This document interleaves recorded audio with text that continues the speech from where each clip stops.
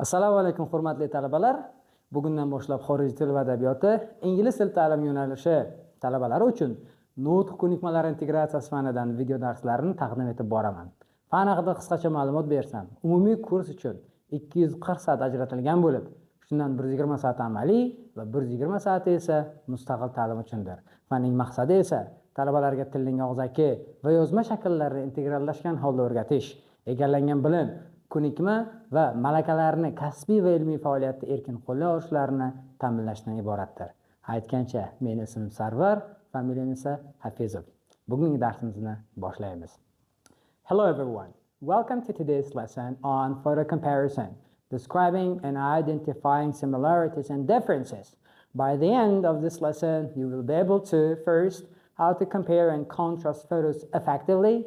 Second, useful phrases for similarities and differences. And third one is apply practical tips for structuring your descriptions clearly. Next is when talking about similarities in photos, there are some useful phrases you can use.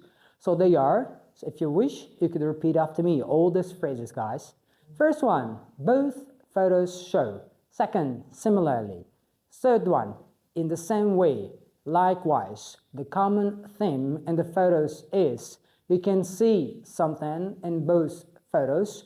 In both photos, there are something. So these are useful phrases for you to describe the pictures. Let's make examples using some of them. For example, you can say both photos show people enjoying outdoor activities, or in the same way, both images depict sunny weather. These phrases help connect the photos and identify what they have in common.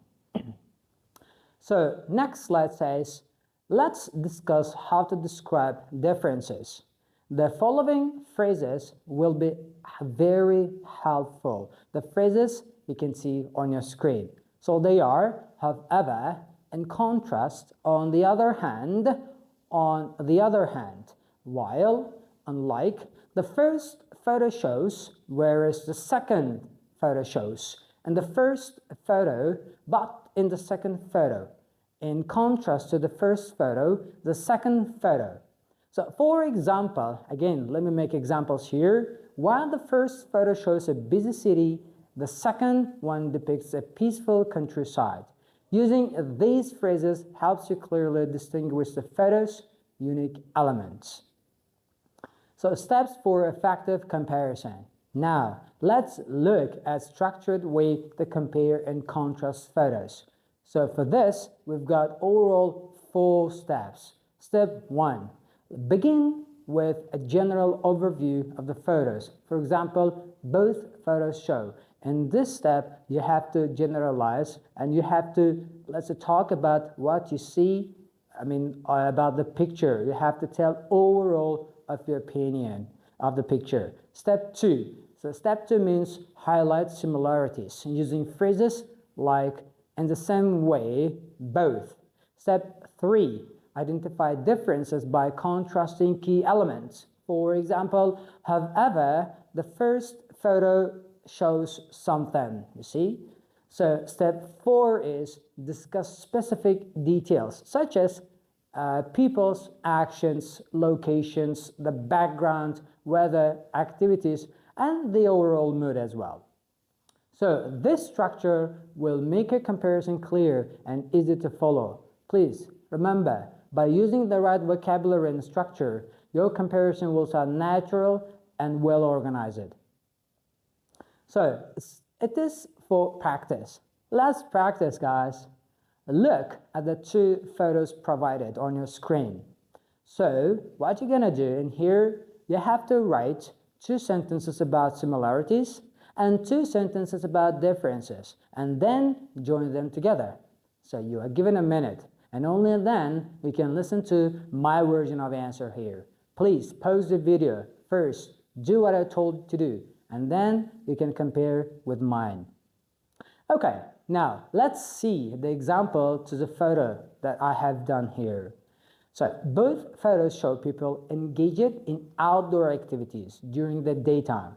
In the same way, You see, I'm using the phrase. In the same way, both photos have groups of people enjoying their surroundings. Similarly, the weather seems pleasant in both images. However, you see, I'm trying to give a contradictory idea. However, the first photo shows a city park with families having picnics and children playing. In contrast, you see, again, I'm using here the phrase in contrast, the phrases we have learned just about. In contrast, the second photo depicts a sandy beach with people swimming and relaxing under umbrellas. In the park photo, the background includes green trees and a jogging path, while the beach photo highlights the ocean and a clear horizon. So, in summary, today we learned key phrases for similarities and differences, steps to structure your comparison, tips for clear and effective descriptions. Guys, I hope this lesson has been helpful for you. See you next time. Bye.